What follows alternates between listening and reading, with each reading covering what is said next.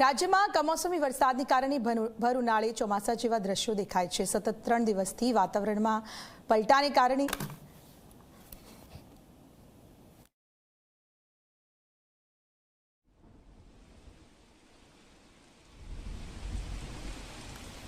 વહેલી સવારથી જ રાજ્યના મોટાભાગના શહેરોમાં વાતાવરણમાં પલટો આવ્યો છે।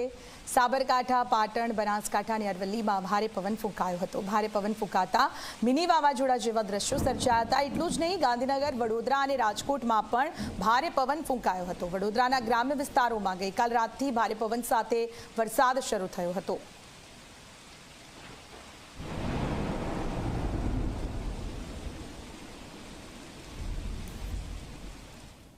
અરવલ્લીના મોડાસામાં ભારે પવનથી અફરાતફરી, ભારે પવનથી ધૂળની ડમરીઓ ઉડી। મોડાસાના ખુમાપુર પાટિયા પાસેનો વિડીયો વાયરલ। જિલ્લામાં વંટોળની સ્થિતિથી રાહદારીઓ પરેશાન થઈ રહ્યા છે।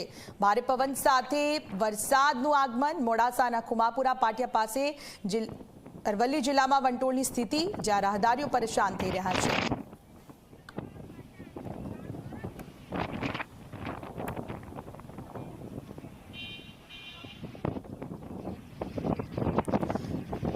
બનાસકાંઠા ધાનેરા પંથકમાં વાતાવરણમાં આવ્યો પલટો। ધોળા દિવસે ધાનેરામાં છવાયો છે અંધારપટ। કાળા ડિબાંગ વાદળો ધાનેરા શહેર ઉપર છવાયા। ભારે પવન ફૂંકાતા ઉડી રહી છે ધૂળની ડમરીઓ। વરસાદી માહોલ બનતા સમગ્ર પંથકમાં ઠંડકનો અનુભવ થઈ રહ્યો છે। તો કાળા ડિબાંગ વાદળો સાથે અંધારપટ, ભારે પવન ફૂંકાતા ધૂળની ડમરીઓ ઉડી રહી છે। માવઠાએ મુસીબત વધારી છે। ભારે પવન ફૂંકાતા ધૂળની ડમરીઓ ઉડી રહી છે। તો અરવલ્લી, બનાસકાંઠા આપ જોઈ રહ્યા છો, વાતાવરણમાં આવેલો પલટો અહીં જોવાઈ રહ્યો છે। ભારે પવન ફૂંકાઈ રહ્યો છે, ધૂળની ડમરીઓ ઉડી રહી છે, લોકો પરેશાન થઈ રહ્યા છે। ખાસ કરીને રાહદારીઓ, વાહન ચલાવનાર વધારે પરેશાન થાય છે। ધૂળની ડમરીઓ ઉડતા વિઝિબિલિટી ઓછી થઈ રહી છે। તો આ તરફ કાળા ડિબાંગ વાદળોથી આકાશ ઘેરાઈ ગયું છે। ભારે પવનના કારણે બનાસકાંઠામાં મંડપ ઉડ્યો। જી હા, ધાનેરાના માલોત્રા ગામે બંધાવવામાં આવેલ મંડપ ઉડ્યો। પવન સાથે વરસાદ શરૂ થતા મહેમાનોમાં નાસભાગ મચી ગઈ। રસોઈ સહિત ભોજનની તમામ વાનગીઓમાં વરસાદે વગાડી મજા। મામેરાનો પ્રસંગ હોવાથી મંડપ બંધાવ્યો હતો, પરંતુ આ પ્રસંગની મજા વરસાદે બગાડી છે। મોટી સંખ્યામાં મહેમાનોને આમંત્રિત કર્યા હતા, પરંતુ વરસાદ વિઘ્ન બન્યો। ભારે પવનને કારણે મંડપ ઉડ્યો, ભોજનમાં પણ વરસાદી પાણી આવ્યા।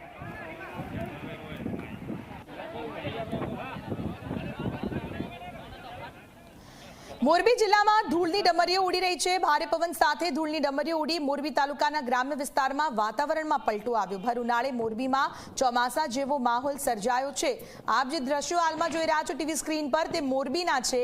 મોરબી તાલુકાના ગ્રામ્ય વિસ્તારમાં આપ જો વાતાવરણમાં પલટો, ભારે પવન સાથે વરસાદ પણ શરૂ થયો, જ્યારે ભર ઉનાળે ચોમાસા જેવા દ્રશ્યો સર્જાયા હતા।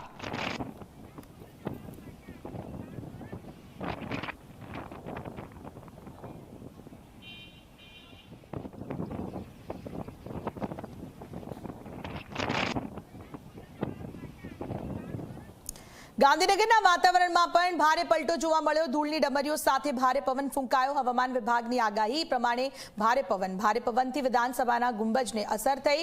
ગુંબજનું પતરું ભારે પવનમાં ખુલી ગયું। પાછળના ભાગે પતરાનો એક બાજુનો ભાગ ખુલી ગયો હતો। ભારે પવનથી હવામાન વિભાગે જે આગાહી કરી છે તે પ્રમાણે ભારે પવન ફૂંકાઈ રહ્યો છે। ગાંધીનગરમાં વિધાનસભાના ગુંબજને અસર થઈ છે। તો ઠેર ઠેર ભારે પવનને કારણે ઝૂંપડા ઉડતા જોવા મળ્યા હતા।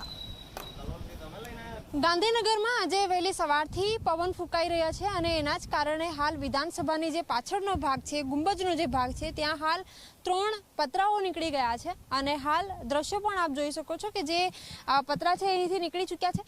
હવામાન વિભાગની પણ આગાહી છે કે વરસાદ જેવો માહોલ હાલ રાજ્યમાં સર્જાઈ રહ્યો છે।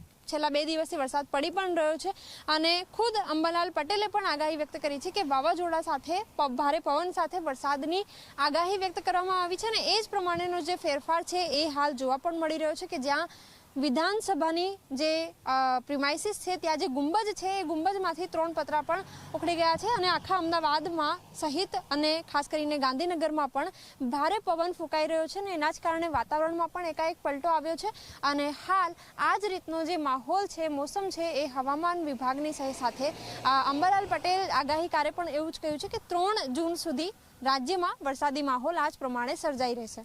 કેમેરામેન શૈલેષ બગડા સાથે સપના શર્મા, ઝી 24 કલાક, અમદાવાદ।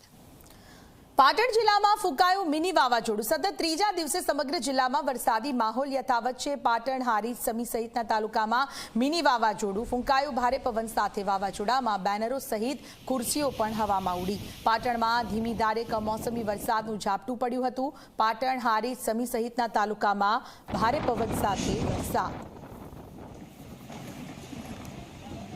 Thank you.